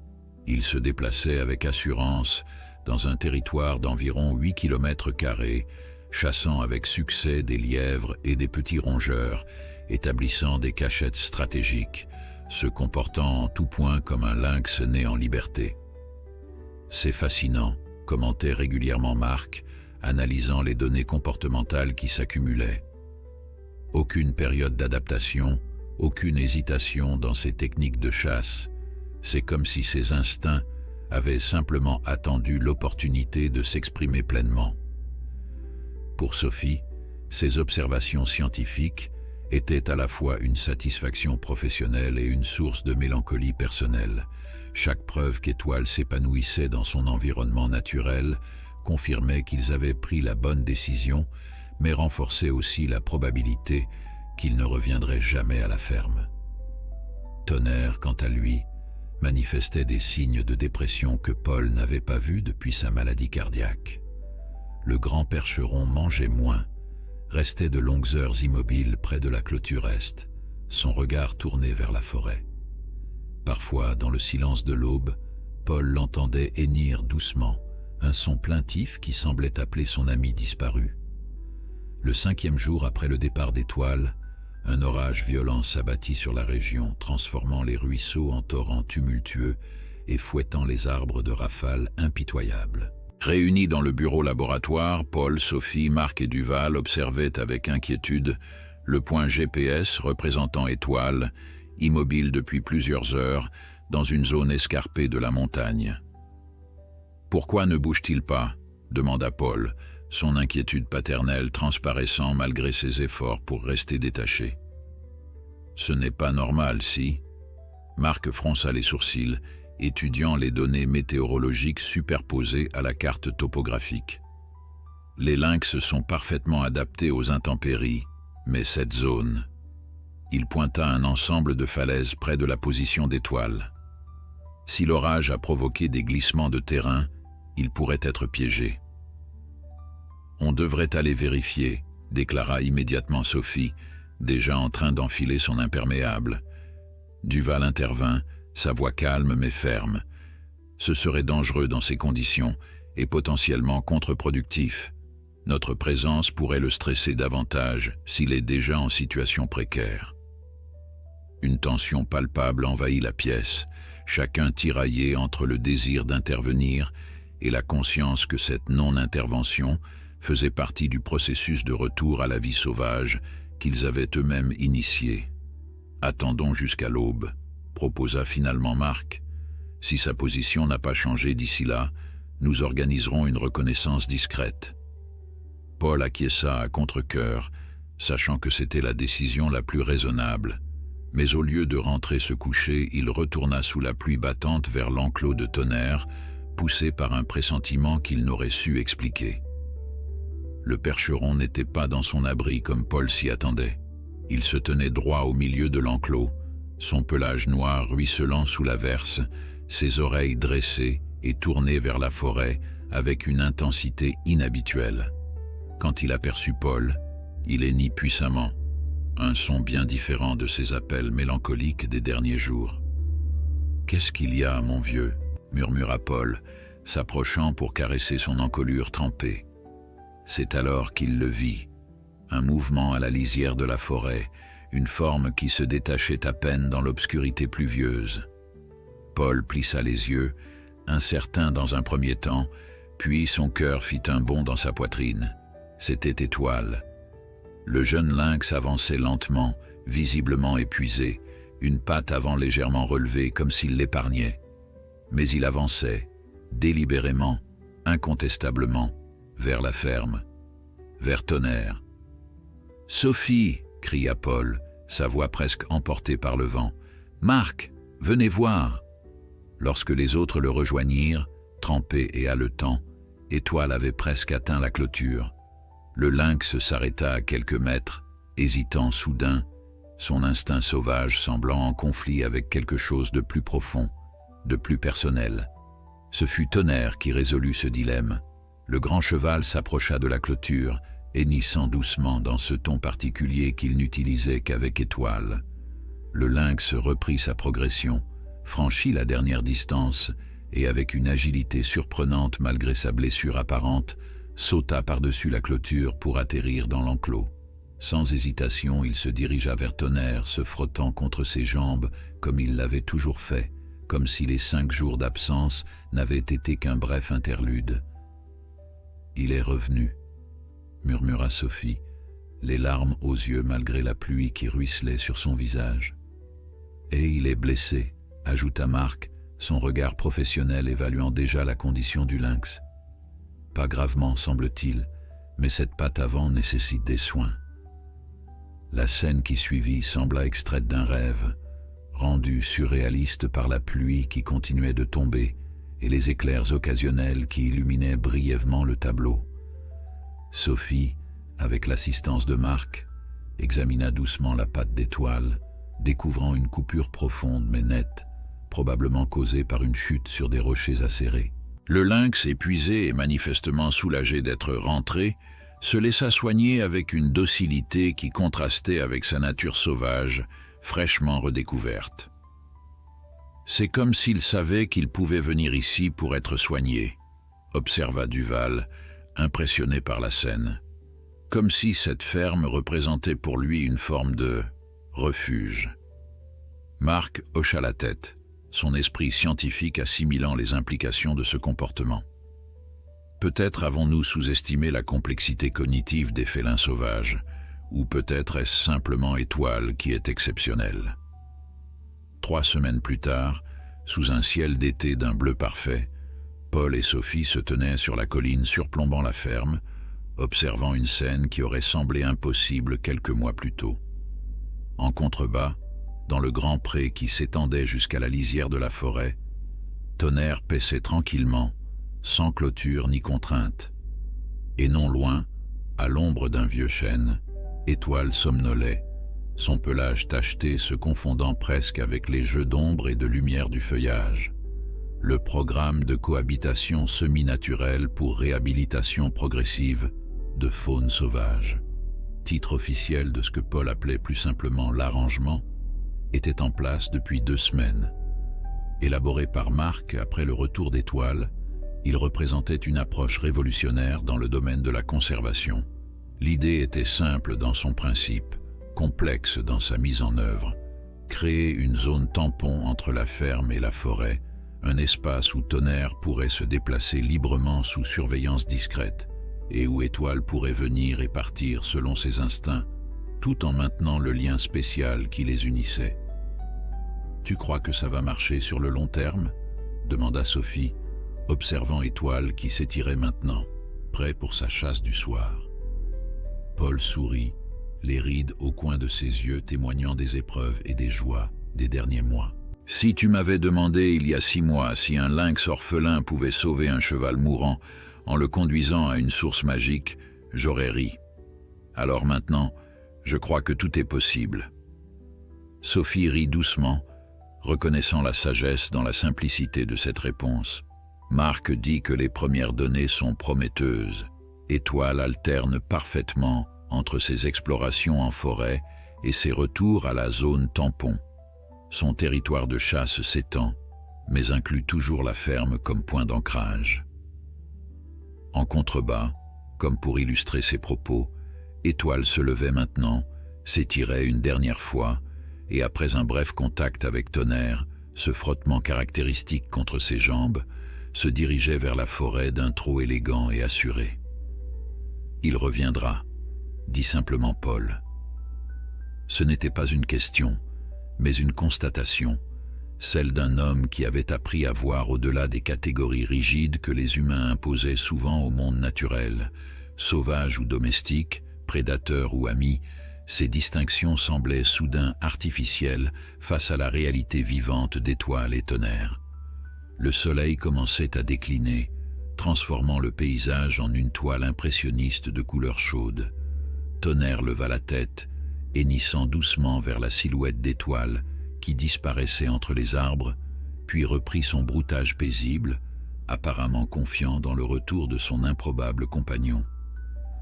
Paul et Sophie descendirent lentement vers la ferme, où Marc et Duval les attendaient pour la réunion hebdomadaire du projet. Il y avait des données à analyser, des rapports à compléter, des ajustements au protocole à discuter. Le travail scientifique se poursuivait, documentant méticuleusement cette relation unique pour la postérité et la communauté scientifique. Mais au-delà des graphiques et des observations comportementales, au-delà même des implications pour la conservation des espèces menacées, demeurait cette simple vérité que Paul gardait précieusement dans son cœur. Parfois, dans les moments les plus sombres, quand tout espoir semble perdu, la vie trouve des chemins inattendus pour se renouveler. Un cheval mourant et un lynx orphelin, réunis par le hasard d'une nuit de tempête, avaient rappelé à tous ceux qui avaient été témoins de leur histoire que les frontières que nous percevons comme infranchissables entre espèces, entre sauvages et domestiques, entre instinct et affection, sont peut-être plus perméables que nous ne l'imaginons. Et dans ce coin isolé des Alpes françaises, sous le regard bienveillant des montagnes éternelles, cette leçon continuait de se déployer, jour après jour, dans la danse complexe et merveilleuse d'un lynx qui avait trouvé sa liberté sans perdre sa connexion, et d'un cheval qui avait trouvé une nouvelle raison de vivre dans la présence d'un être que la nature avait désigné comme son ennemi naturel.